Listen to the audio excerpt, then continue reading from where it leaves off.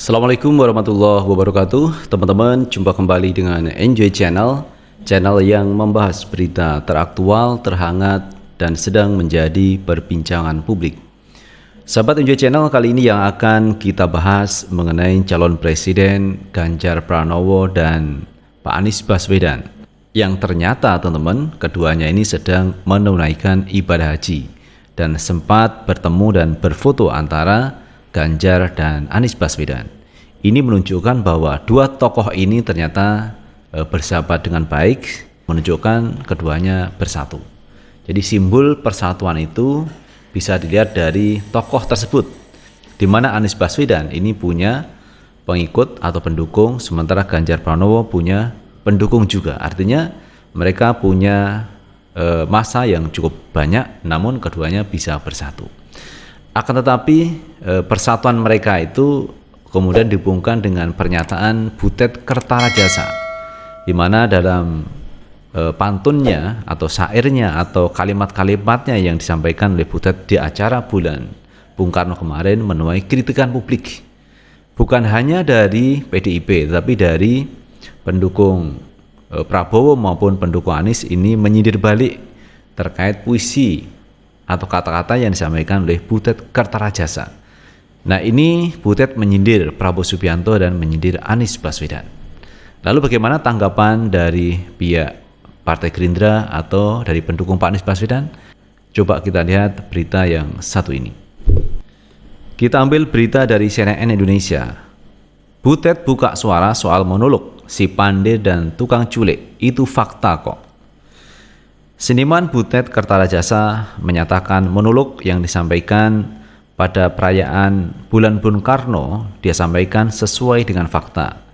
Ia pun tak membantah jika pantun yang dipersembahkan dalam monolognya itu menyindir calon presiden Prabowo Subianto dan Anies Baswedan.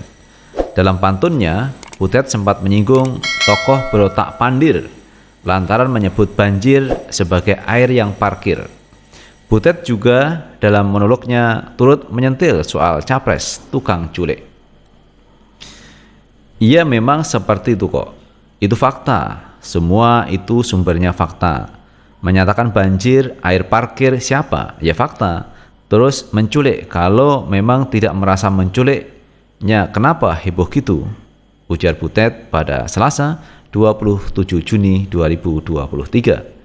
Butet tak menampik jika pantun yang disampaikan tidak ikut menyindir capres dari PDIP Ganjar Pranowo. Menurutnya, pantun yang dibawakan merupakan ekspresi kejujuran. Ia pun mengaku senang apabila karya seni itu mendapatkan kritik. Lawang itu kejujuran saya itu ya sudah, orang lain tidak suka ya nggak apa-apa, itu hal yang biasa, Mas.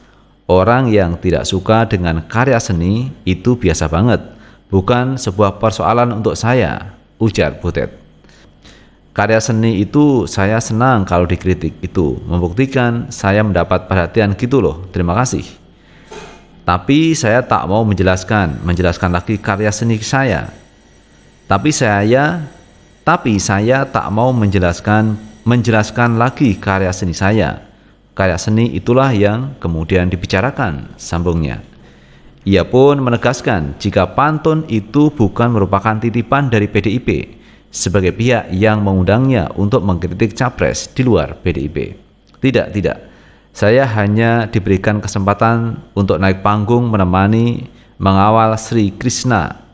Itu mengawal. Saya diberi kesempatan untuk berekspresi di panggung itu. Maka saya bilang saya akan membaca pantun. Ya sudah, saya menulis pantun dan saya baca. Tidak ada yang mengoreksi pantun. Pantun apa adanya seperti itu, apa yang ada dalam pikiran saya, tegasnya. Butet belakangan menjadi sorotan publik lantaran pantunnya dianggap menyindir calon presiden di luar PDIP pada acara bulan Bung Karno, Sabtu 24 Juni 2023. Dalam pantunnya, Butet menyinggung berbagai hal, mulai dari orang Pandir, calon presiden pilihan Joko Widodo, hingga capres tukang culik.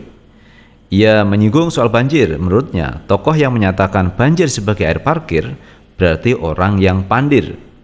Di sini nyebutnya banjir, di sana nyebutnya air yang markir.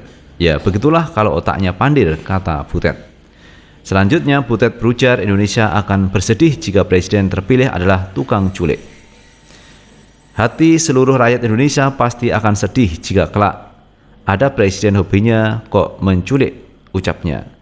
Ketua DPP Partai Gerindra DKI Jakarta Ahmad Riza Patria menyebut santai pantun Butet. Ketua DPD Partai Gerindra DKI Ahmad Riza Patria merespon santai soal pantun Butet. Ia menyatakan siapapun yang menyindir Prabowo Subianto akan dibalas dengan kebaikan. Jadi apapun yang mereka sampaikan, menjelek-jelekkan, menghina, menghujat, memfitnah, dan lain-lain, Pak Prabowo dan kami semua jajaran kader simpatisan relawan akan membalas itu semua dengan kebaikan, kata Riza di Gelanggang Remaja Jakarta Utara Minggu 25 Juni 2023. Sementara itu, Ketua DPP Partai Nasdem Effendi Koiri alias Gus Coy menyebut pernyataan Butet tak lebih dari seorang buzzer bayaran. Butet itu seniman nggak usah ditanggapi, mungkin juga buzzer RP, sehingga ucapannya bawa alkohol politik, kata Gus Coy ketika dikonfirmasi Senin 26 Juni 2023. PDIP selaku yang mengundang Butet mengaku menyayangkan hal tersebut. Ketua DPP PDIP Jarod Saiful Hidayat menilai puisi itu kurang elok disampaikan di acara Puncak Bung Karno. Menyayangkan kalau sudah seperti itu ya sebetulnya disampaikan di acara partai kita itu seperti itu tidak baguslah, tidak bagus, kurang elok lah, kurang elok, ujar Jarod di Political Show Senin 26 Juni 2023. Nah itu sahabat Enjoy Channel terkait tanggapan dari PDIP yang menyayangkan pernyataan dari Butet Kertarajasa yang menyinggung calon presiden tertentu. Jadi sangat menyayangkan dan ini bukan titipan dari PDIP dan tidak diharapkan pernyataan seperti itu dari Butet. Tetapi karena itu sudah keluar, sudah menjadi konsumsi publik, maka PDIP sangat menyayangkan yang disampaikan Butet Kertarajasa. Kemudian dari Nasdem menanggapi apa yang disampaikan Butet tidak lebih dari seorang buzzer bayaran yang tidak patut untuk disampaikan di acara besar seperti itu. Kemudian kalau kita lihat tanggapan tadi dari Gerindra, apa yang disampaikan oleh Butet menghina, mencemooh, merendahkan Prabowo, maka dia akan balas dengan kebaikan. Jadi itu teman ya, intinya apa yang disampaikan Butet Kertarajasa tidak pantas disampaikan di acara tersebut. Nah tapi yaitu teman-teman, kalimat kata-kata yang keluar dari Butet Kertarajasa ini tidak bisa ditarik kembali.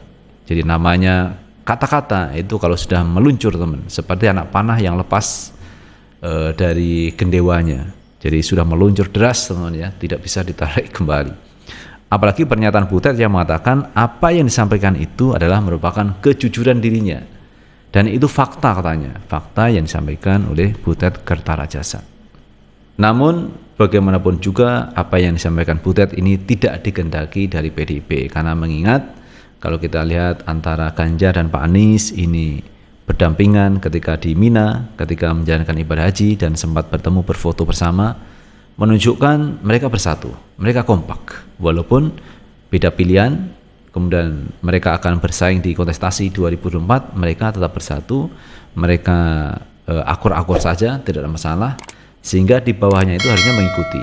Sehingga pemilu di 2024 nanti pemilu yang menggembirakan, pemilu yang menyenangkan, apalagi ini memilih calon presiden di 2024. Pilihlah calon presiden yang punya kapasitas, yang punya kemampuan, dan punya progres, punya ide dan gagasan yang luar biasa. Ini yang diharapkan.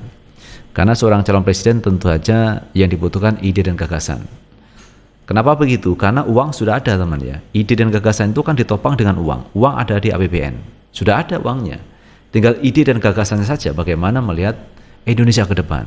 Bagaimana Indonesia ini lebih adil, lebih makmur, penegakan hukum jalan. Jadi misalkan hukum itu harus diterapkan kepada kawan politik, lawan politik, dan semua warga negara, semua sama di mata hukum. Nah, diharapkan seperti itu di pemilu yang datang memilih calon presiden. Jadi calon presiden yang punya visi kuat, yang punya keperpihakan kepada warga masyarakatnya, itu yang diharapkan. Jadi sekali lagi teman-teman ya, memang di Pilpres 2024 menentukan nasib rakyat Indonesia ke depan. Apakah lebih sejahtera atau seperti saat ini atau menjadi lebih baik.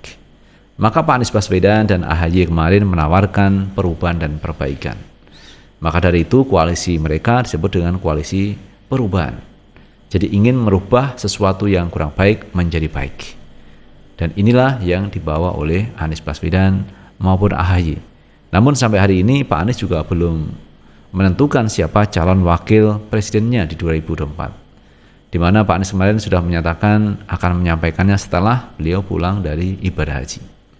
Jadi mudah-mudahan Pak Anies juga segera menentukan siapakah pendampingnya untuk melaju di 2024. Karena di tingkat bawah sudah bergerak untuk memenangkan Pak Anies di 2024.